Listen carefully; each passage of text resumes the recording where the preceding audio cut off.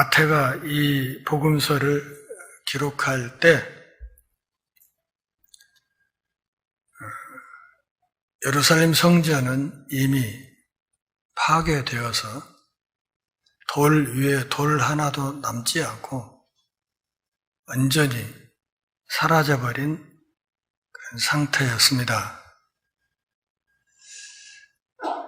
그러니까 예수님의 공생의 마지막 주간 첫째 날, 그리고 오늘 이제 둘째 날로 넘어갈 텐데, 이 기록은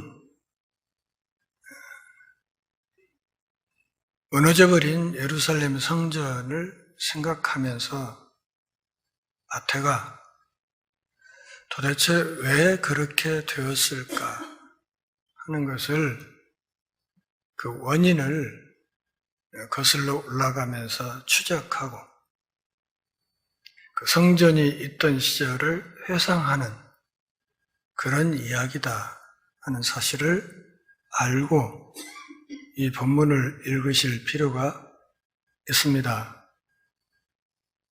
그러니까 예루살렘 성전이 그대로 있는 상태에서 하는 이야기라고 생각할 때와 성전이 완전히 파괴되어 버린 뒤에 그 원인을 추적하면서 써간 기록이라고 생각할 때는 본문을 대하는 느낌이 완전히 다를 것입니다. 작년 12월 3일에 비상계엄이 갑자기 선포되었고 이후로 오늘까지 탄핵 정국이 계속 이어지고 온 국민이 내란 불면증이라는 그런 증상에 시달리면서 살아가고 있습니다. 오늘 새벽에 이 내란의 우두머리였던 윤석열이 구속 수감되었고 그리고 이어서 전광훈의 지시를 받은 그 일당들이 서울 서부지방법원에 흉기를 들고 뛰어들어서 법원 내 모든 기물들을 쳐부수고 영장을 발부한 판사를 찾아다니고 하는 난리를 폈습니다. 12월 3일에 국회에 난입했던 군인들이 했던 것과 똑같은 행위를 전광훈 일당이 한 것입니다. 저는 그 상황을 오늘 새벽에 실시간으로 지켜보고 있었습니다. 그림을 하나 볼까요?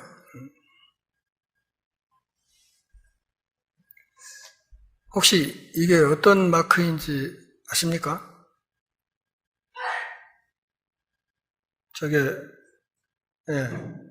저 마크는 서북청년단의 마크입니다. 한경직이 주도했던 서북청년단이 저 마크를 달고 저 마크가 찍힌 완장을 차고 제주 4.3 사태 때 제주도에 들어가서 제주도민 6만 명을 학살했습니다. 몇 명이라고요? 6만 명. 6명도 아니고 6명이 죽었더라도 엄청나게 많이 죽은 거죠. 60명도 아니고 600도 아니고 6천도 아니고 제주도에 살던 양민 6만 명을 학살했습니다. 이 일에 앞장섰던 이 서북청년단원들은 전부 다 기독교인들이었습니다. 한경직이 독재자 이승만, 박정희와 손을 잡고 이 서북청년단을 앞세워서 그런 짓들을 하고 다녔습니다. 이승만, 박정희 당시에 한경직이 있었다면 오늘 2024년, 2025년에는 전광훈이 있습니다. 그리고 이 사람의 사주를 받아서 이 사람들이 떼뭉쳐 다니면서 태극기 들고 성조기 들고 이스라엘기 들고 일장기 들고 돌아다니면서 온갖 행패를 부리고 있습니다. 그리고 그 집회에 가서 보면 여기저기에서 집사님, 권사님, 장로님 소리가 마구 들려옵니다.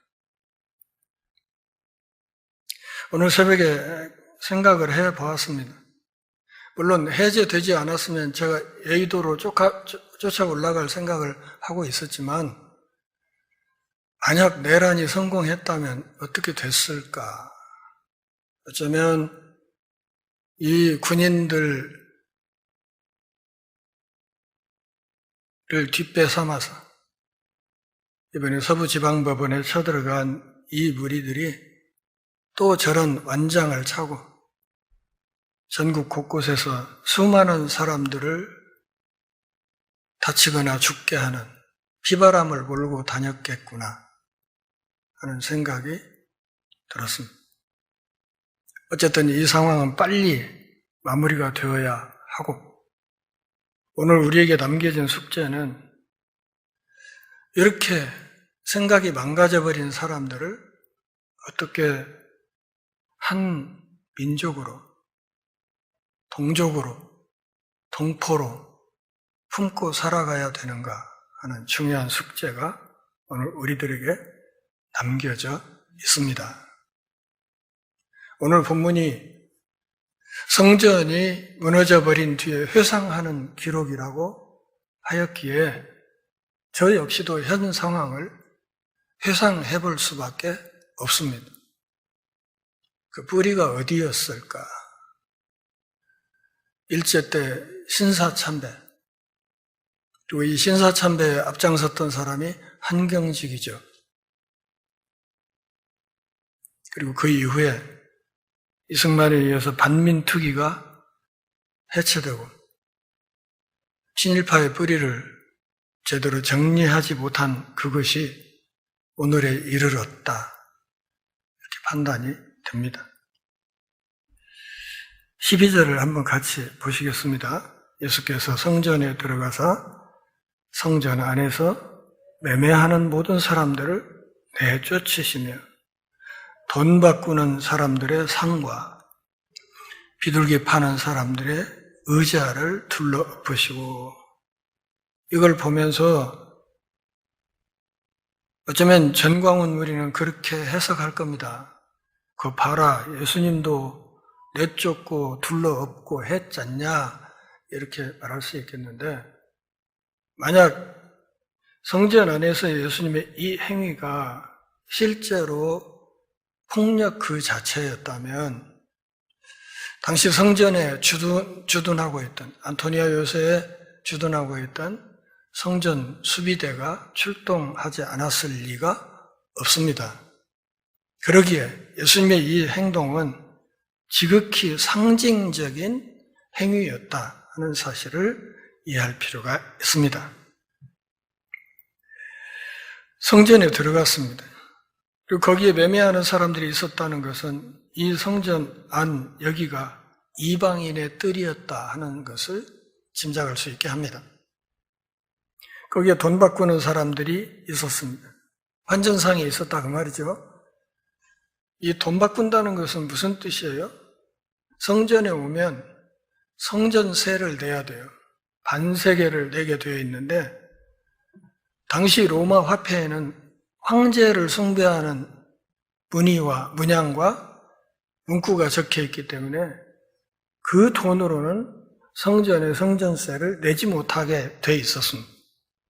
그러기에 유대에서 자체로 제작한 화폐로 돈을 바꾸어서 성전세를 내도록 돼 있었습니다.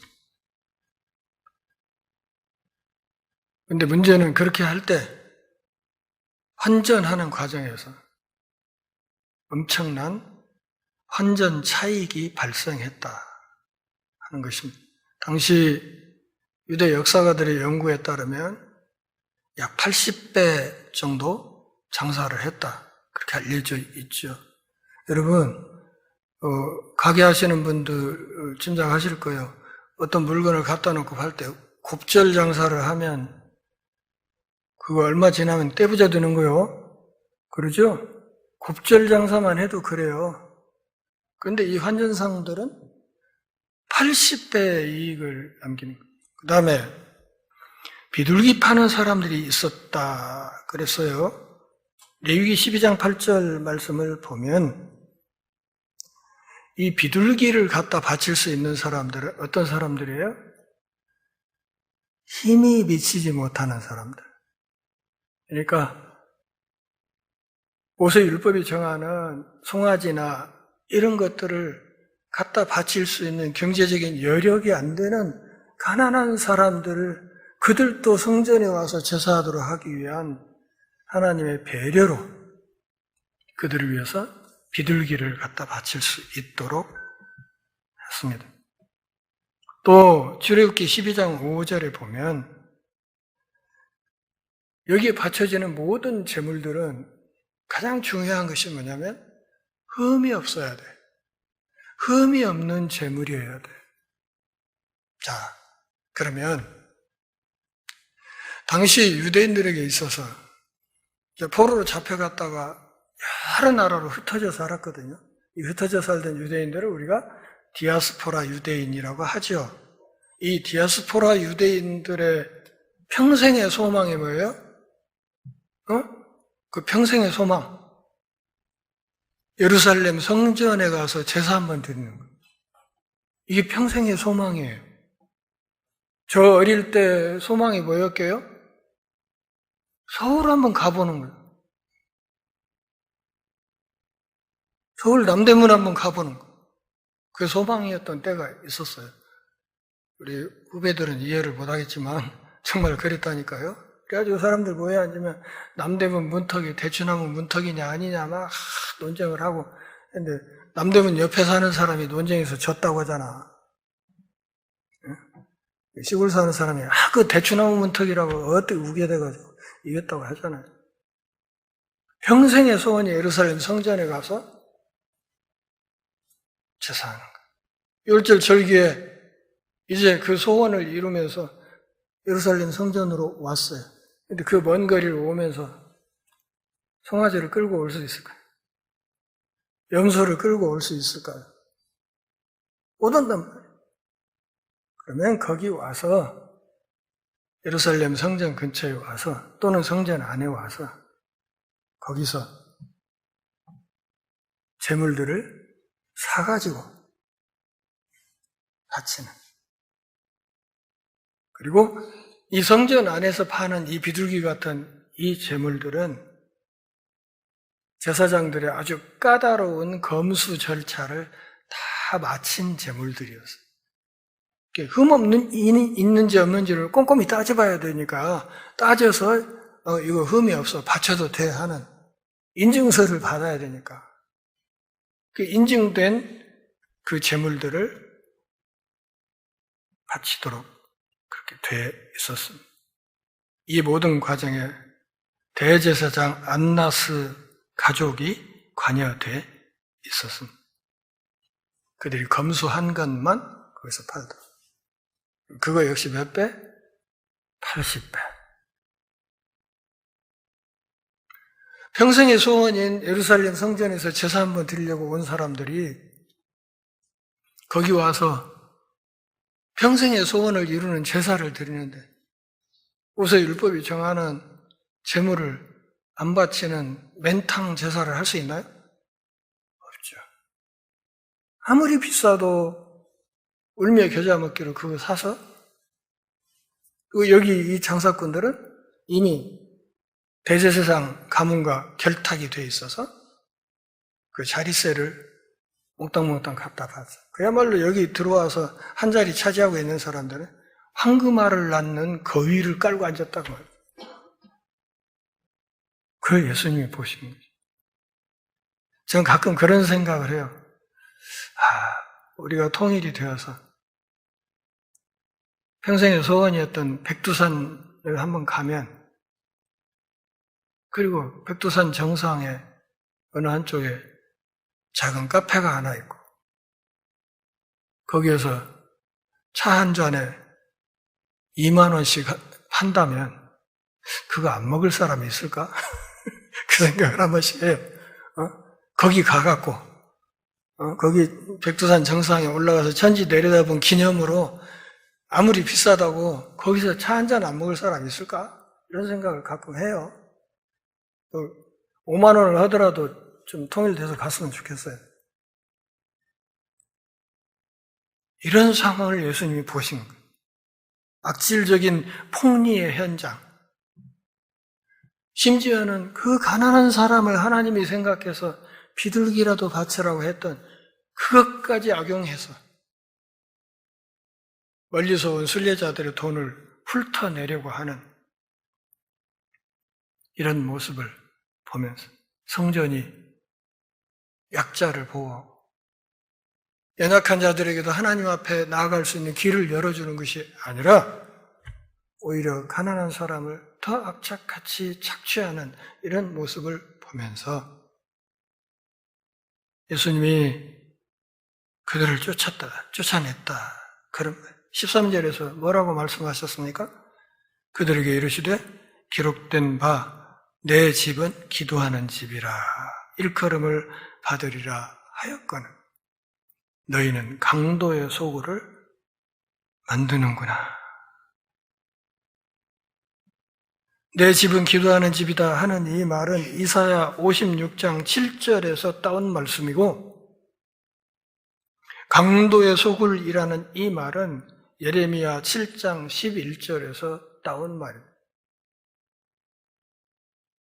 성전의 본질이 뭐라? 하나님을 만나는 곳. 연약한 이들이 하나님 앞에 소원을 하려는 곳. 그런데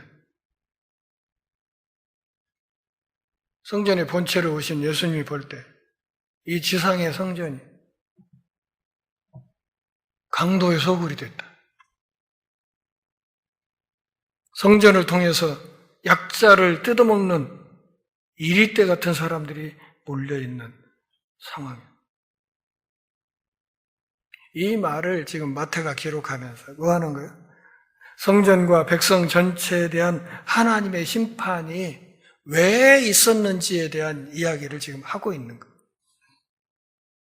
이 성전이 왜 망했는지 그것을 예수님의 행위와 말씀을 통해서 지금 다시 조명하고 있는 거예요. 그래서 망했고 망에 마땅한 그런 흐름이었구나. 자, 12, 13절은 예수님이 성전의 장사치들을 쫓아낸 이야기인데 14절 이하의 말씀은 또 장애인과 몸이 불편한 사람들을 예수님이 영접하시는 이야기로 서로 대비가 되죠. 앞부분은 내쫓는 이야기. 그리고 여기서부터는 예수님이 또 그들을 품는 이야기. 맹인과 저는 자들이 성전에서 예수께 나오고 그러니까 이 성전에 온 사람들이 순례객들이 다 멀쩡하고 다 부자고 다 여유가 있고 한 사람들이 모인 게 아니라는 것이죠. 그럼에도 평생 하나님 앞에 하나님의 성전에서 제사 한번 드리는 게 소원이었던 사람들이 6월절 절기에 이렇게 많이 몰려 있었다. 그럼 다 나오시니까 그냥 고쳐주셨다. 그렇게 얘기를 했어요. 성전을 청결케 했던 심판의 손으로 그들을 고쳐주셨다는 얘기예요. 예수님의 손이 그런 손이에요. 어떻게 보면 심판하시는 손이기도 하지만 또 어떻게 보면 우리 곁에 소자들을 사랑으로 끝까지 끌어안는 사랑의 손길이기도 하다. 이거 칭찬받을 일이에요? 욕먹을 짓이에요? 응? 맹인 눈뜨게 해주고 다리 서는 사람 온전히 걷게 해주고 이거 칭찬받을 일입니까? 욕먹을 짓입니까? 칭찬받을 짓이에요. 근데 15절 보면 대제사장과 서기관들이 욕을 해. 예수께서 하시는 이상한 일, 또 성전에서 소리질러 호산나 다윗의 자손이여 하는 어린이들을 보고 뭐 했다? 노했다, 승질냈다 그 말이죠. 칭찬받아 마땅한 일을 하신 예수님에게 승죄를 내는 거야.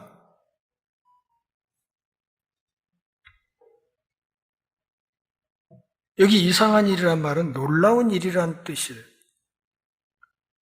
맹인이 눈 뜨는 거, 전원자들이 다리가 온전해지는 거, 이거 놀라운 일이죠. 이런 일이 눈앞에서 벌어졌어요. 그러면 평생의 장애를 벗어난 사람들과 함께 기뻐해야 되고 함께 축하해야 되고 그게 정상 아니냔 말이에요. 사람이. 근데 다른 이도 아닌 종교계 최고 지도자들이라는 인간들이 그런 예수님의 활동을 찬양하는 이 어린이들을 보고 승질을 풀풀 내는 거예요. 기뻐하고 지지해야 될 일에 분노하는 거예요. 이유가 뭘까요? 자기 밥그릇이 문제가 생긴 거예요. 아까 얘기했던 그 80배 장사를 해서 그냥 돈이 들어와야 되는데 그거 못하게 했지. 사람들 앞에서 예수님의 인기는 계속 올라가지. 요즘 어떤 사람들 보는 것 같지 않습니까? 오직 자기 밥그릇만 생각하는. 나라가 어찌 되든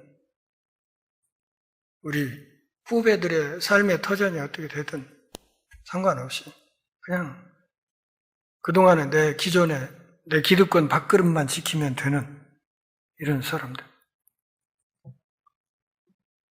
지금 마태가 하려고 하는 이야기는 다른 게 아니에요. 이들의 행위가 이 어린아이들만 또 못하다는 거예요.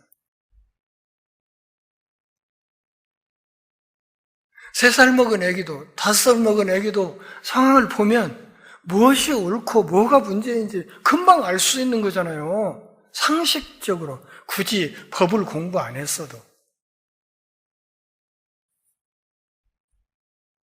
애들만 또 못하다. 종교계 최고 지도자들이라는 대제사장과 서기관들이 애들만 또 못하다. 마태가 말은 하지 않지만 그 이면에는 어떤 말이 있어요? 성경을 건성으로 알고 있다. 하나님의 말씀을 제대로 아는 게 아니다. 예수께서도 말씀하십니다. 그들이 하는 말을 듣느냐? 예수께서 이르시되 그렇다. 어린아기와 젖먹이들의 입에서 나오는 찬미를 온전하게 하셨나이다 하는 시편의 말씀을 너희가 읽어본 일이 없느냐?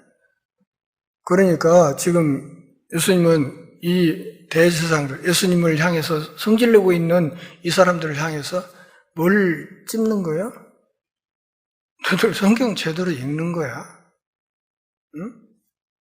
성경 제대로 알고 있는 거야? 잘 모르겠다면 내가 구체적으로 대줄게. 시편 8편 2편, 8편 2절. 그 말씀 읽어본 적 있나?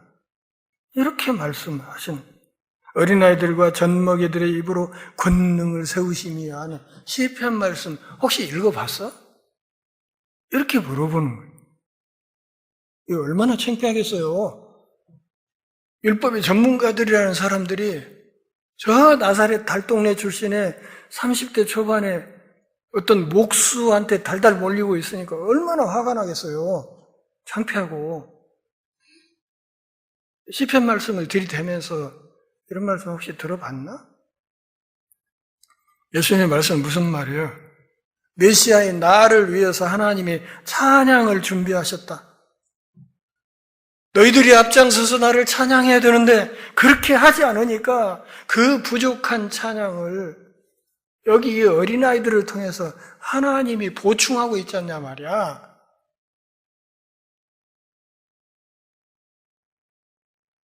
성경 말씀은 어떻게 읽은 거야 도대체?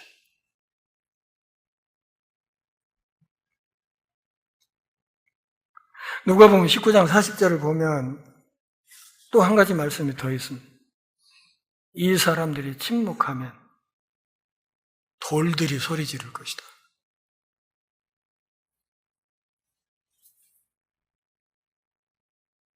저를 잘 아는 어떤 분이 저한테 그런 얘기를 넌지시 몸조심하라는 얘기죠. 제가 그렇게 대답을 했어요. 이런 시국에서 명색이 하나님 나라를 소망하는 목사인 내가 해야 될 말을 하지 못하면 길가에 돌들이 소리 지를 거다.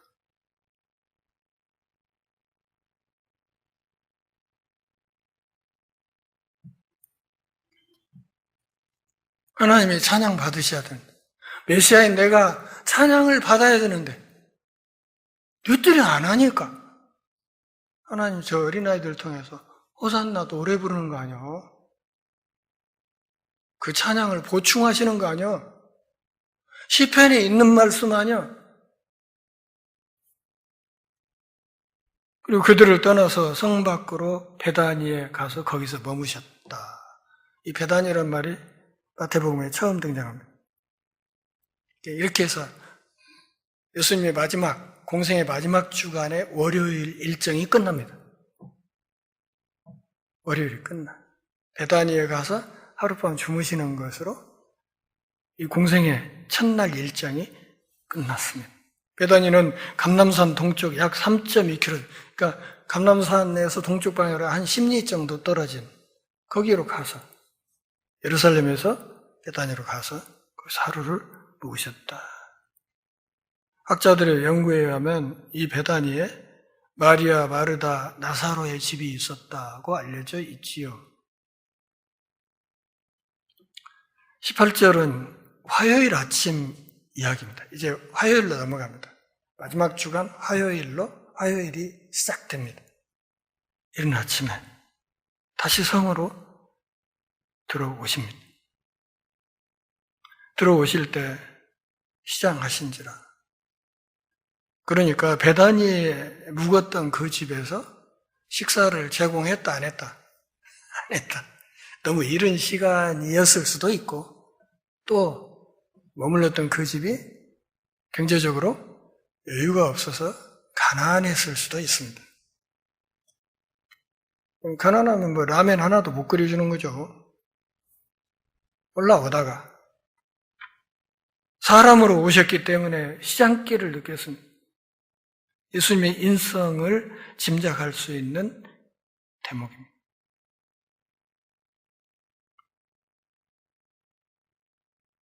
올라가시는 길가에서 무화과나무 하나를 보았습니다. 그리로 가서 잎사귀밖에 아무것도 찾지 못하셨다.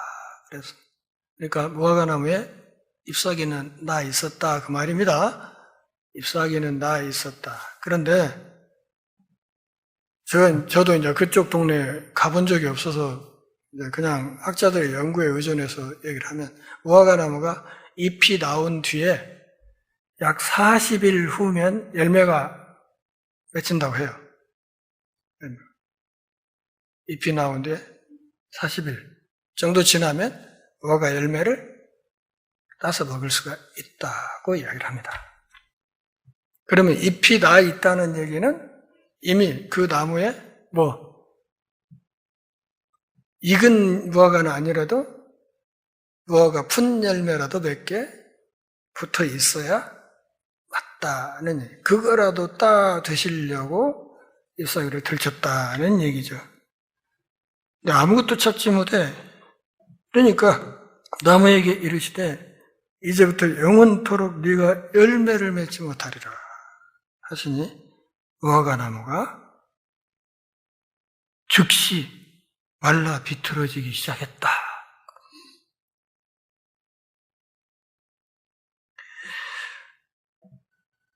예수님이 당신의 능력을 파괴적인 방향으로 쓰셨다는 성경 해석상에 난제가 있긴 합니다. 사랑의 주님이 왜 그분의 능력을 이런 식으로 써야 했을까? 무화과 나무는 뭔 죄요? 뭐 이렇게 말을 할 수도 있다는 거죠. 근데 중요한 것은 이 무화과 나무가 구약에서 바로 이스라엘의 상징으로 쓰이고 있었다는 것입니다. 이스라엘 나라. 무엇은 있어? 잎사귀는 있어요. 근데 뭐가 없어요? 열매가 없어. 예수님의 말씀은 열매 없는 그런 나무는 쓸모가 없다. 존재해야 될 이유가 없다. 이걸 상징적으로 가르치신 것으로 봅니다. 이 열매는 없고 잎사귀만 무성한 이 무화과 나무는 바로 무늬만 신앙인인 사람들을 상징하는 겁니다. 무늬만 신앙인. 예수 믿는 사람이라는 이름만 있는 그들에 대한 심판이라는 거죠. 잎사귀는 거짓 신앙을 말하는 겁니다.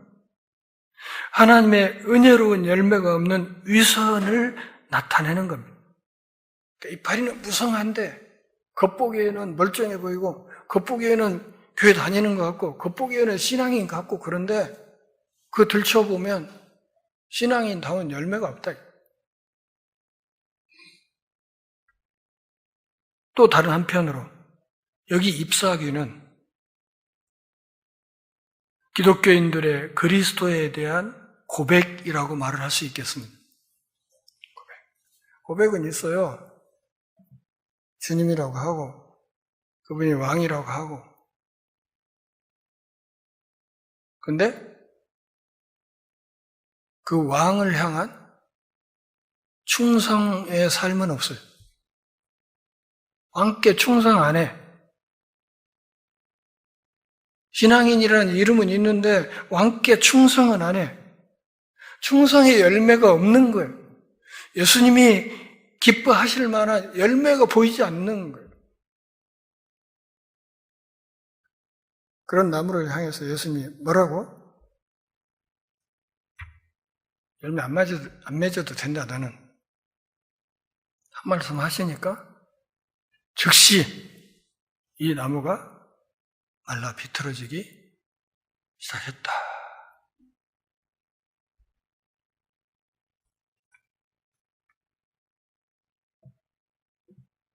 요한복음 15장 5절을 보면 예수님이 그렇게 말씀하세요. 나는 포도나무고 너희는 가지다. 내게 붙어 있으면 열매 맺을 수 있다. 그 말이죠. 우리가 이 말씀에서 그러면 어떻게 열매를 맺으라고 물을 수 있는데 거기에 대한 답변이 요한복음 15장 5절입니다. 야, 포도나무고 너희는 가지다. 붙어 있으면 열매 맺는 건 자연스럽게 되는 거다.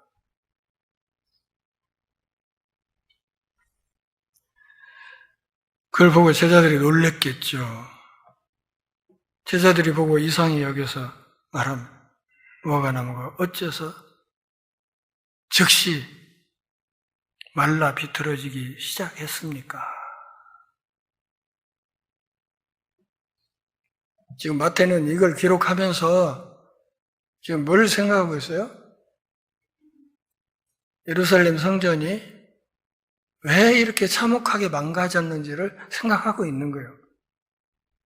이 성전이 그 찬란했던 헤롯 성전이 왜 그렇게 돌 위에 돌 하나도 안 남고 그냥 망해버렸을까 생각을 하고 있는 그 이유를 지금 이 제자들과의 대화를 통해서 지금 따져 묻고 있는 거예요. 왜 이렇게 됐습니까? 21절 같이 읽겠습니다. 예수께서 대답하여 이르시되 내가 진실로 너희에게 이르노니 만일 너희가 믿음이 있고 의심하지 아니하면 이 무화과 나무에게 된 이런 일만 할 뿐 아니라 이 산더러 들려 바다에 던져지라 하여도 그렇게 될 것이다. 여기 이 산은 감람산이고요. 바다는 사해를 가리킵니다.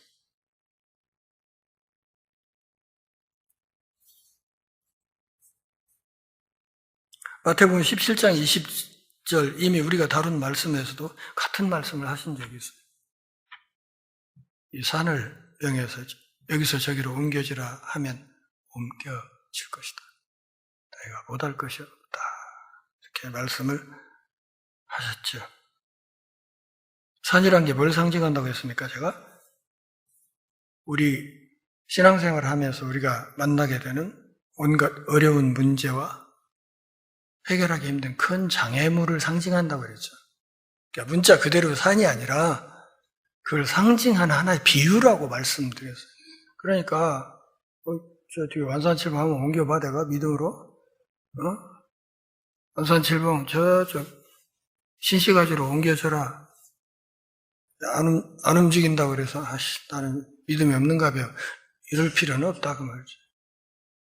그러니까 비유는 비유로 이해를 해야지 그냥 그걸 직설법으로 그냥 단순한 산 자체로 생각하면 골치 아파진단 말이죠. 믿고 의심하지 않으면 모든 것을 감당할 수 있고 능히 극복할 수 있는 힘과 용기를 하나님이 주시는 거다. 중요한 건 뭐라고요? 의심 없는 믿음이라는 거예요. 믿는다는 것은 온전히 믿는 거지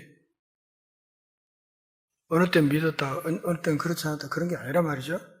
그래서 22절 같이 읽겠습니다. 너희가 기도할 때 무엇이든지 믿고 구하는 것은 다 받으리라 하시니라.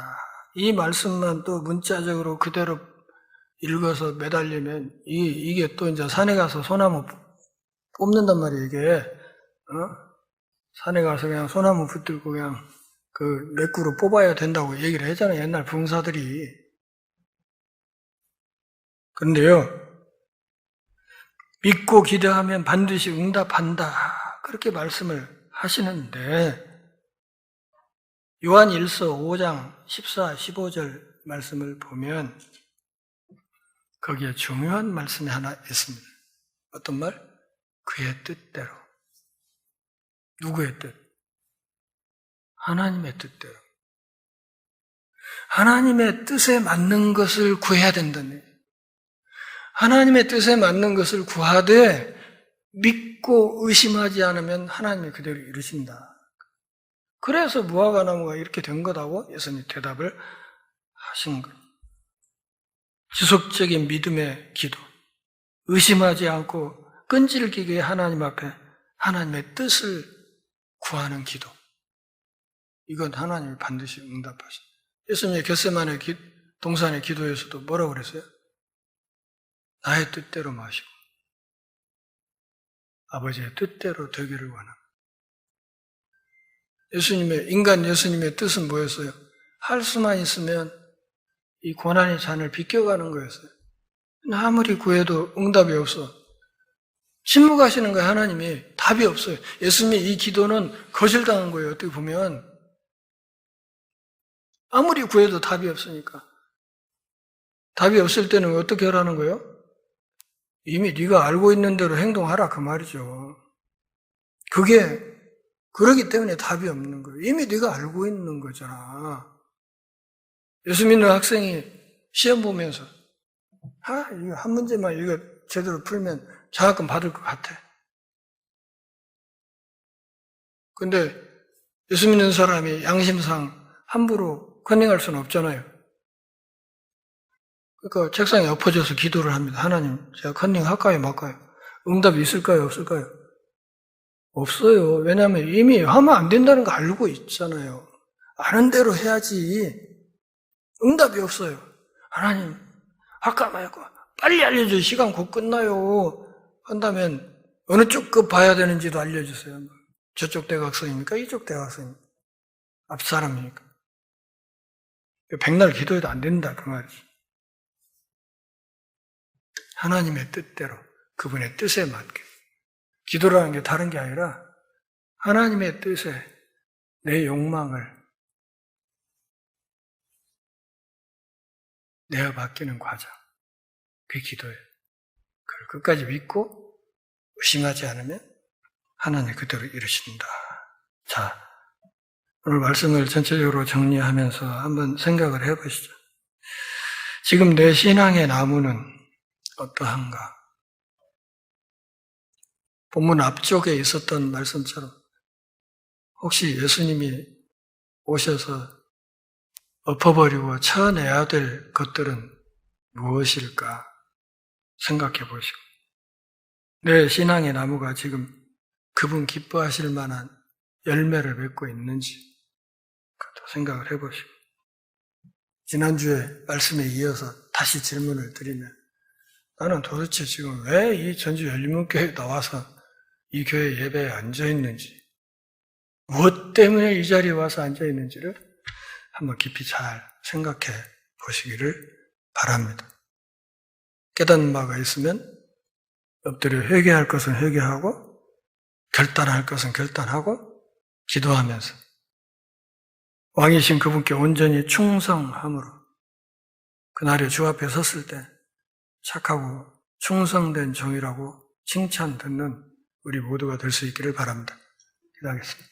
하나님 아버지, 오늘 또 우리가 함께 모여 주의 말씀을 들으며 신앙의 옷깃을 내미는 복 주셔서 고맙습니다.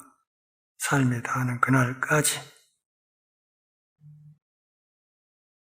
우리를 향한 하나님의 기대를 저버리지 않고 끝까지 우리를 불러세우신 하나님의 마음을 흡족하게 하는 열매 풍성한 신실한 하나님의 자녀들 다 되게 하옵소서. 예수님의 이름으로 기도합니다. 아멘.